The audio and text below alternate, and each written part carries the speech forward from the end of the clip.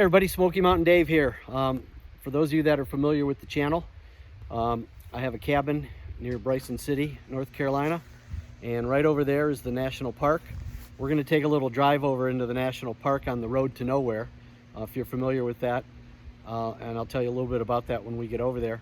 We're going to try to find a couple old cemeteries that are a couple thousand feet off the road to nowhere. I've got a book that describes where they are and some history on each of those cemeteries, so I'm going to share that with you as well. We're also going to take a little hike on the Noland Creek Trail, more of a road bed than a trail, but it's a really cool little hike. Starts at off the road to nowhere and then goes down to Fontana Lake. So let's get in the car, let's head over there, and we'll catch up with you in a little bit. Okay folks, this is a book of cemeteries in the Great Smoky Mountain National Park, and written by Dr. Gail Palmer, and this is where I got a lot of the information on the cemeteries that we're going to be going to see today. Okay, here's a map of the National Park, and I just want to show you where we're going to be starting and where we're going to be looking at the cemetery and taking the hike today. We're starting here right here in Bryson City. We're going to go on Lakeview Drive all the way to the Noland Creek Trail. Well, the cemeteries are right before the Noland Creek Trail off Lakeview Drive, so we're going to hopefully find those pretty easily. Then we're going to go down the Noland Creek Trail and we're going to take a short hike down to Fontana Lake. It looks pretty cool this time of year when the water levels are so low, so that's what we'll be doing. All right, let's go. Okay, we're going to jump in the car and head over to into the National Park on the road to nowhere to Noland Creek Trail. But first we got to do some chores, so we're going to stop at the dump.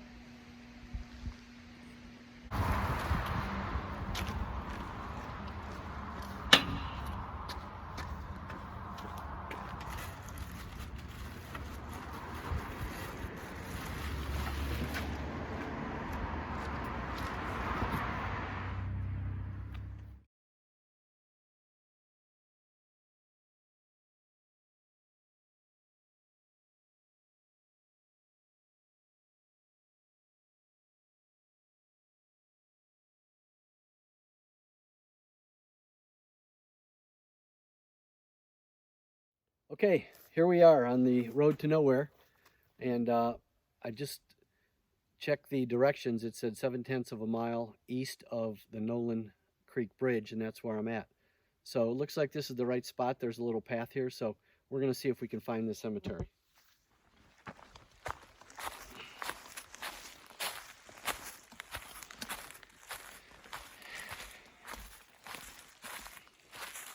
It says it's only about 300 feet off of the road, so it won't take us very long to get there. And then the second cemetery is about another 1,000 feet.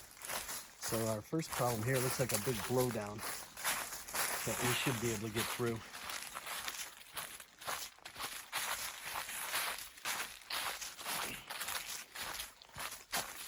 Do that pretty easily.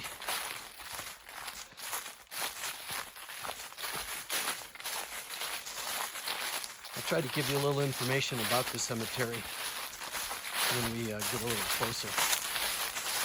And here it is.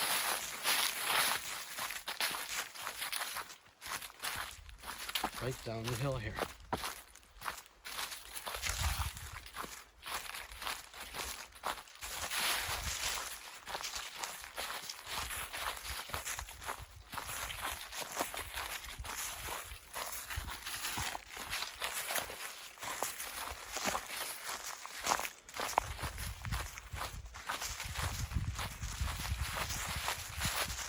Okay, this is called the Stiles Cemetery. There's about, I guess, 7 graves here. In 1943, it was deeded from the Stiles family to the TVA, and then ultimately to the National Park. This was here, the first gravestone was from 1917, and in reference or in reverence to the gravestones, I'm not going to take any pictures of those, but we'll continue on to the next cemetery, which is supposed to be another 1,000 feet down this path, and that's called the Connor Cemetery. While we're walking down to this next cemetery, Obviously, that one wasn't too hard to find. It was only a little bit off the road, and the path looks pretty well worn here.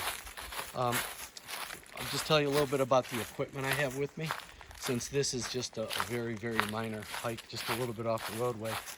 I don't have a backpack or anything, but what I do have is my iReach unit, which has an SOS signal to it, so if anything ever happens, and that could be where I just slip and fall, break an ankle, get bit by a snake, I've got a way to signal for some help. And the second thing is a little lightweight 38. I never go anywhere in the national park without it. Probably just as a self-confidence tool, as I will probably never use it, but if I had to scare a bear away, scare a human away, or scare a boar away, at least I have something that I can scare them away with. So other than that, that's all the equipment I have with me today, other than the electronics. All right, we'll get down the trail here and see if we can find this other cemetery. Okay, so I walked about a quarter mile, and here is the Connor Cemetery. I think there's over 100 graves here, and as you can see, some of the relatives have paid homage to the deceased by putting some flowers and things like that in memorial of their deceased family members.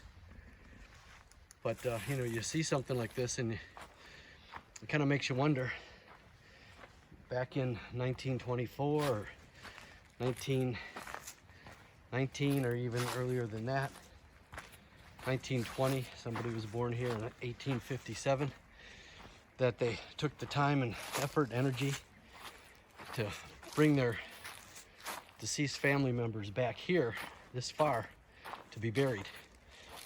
Normally, people are buried near a church or in close proximity to a church, but somebody had to make an effort to bring their deceased back here in the woods about a quarter mile, a third of a mile, and bury them in the woods.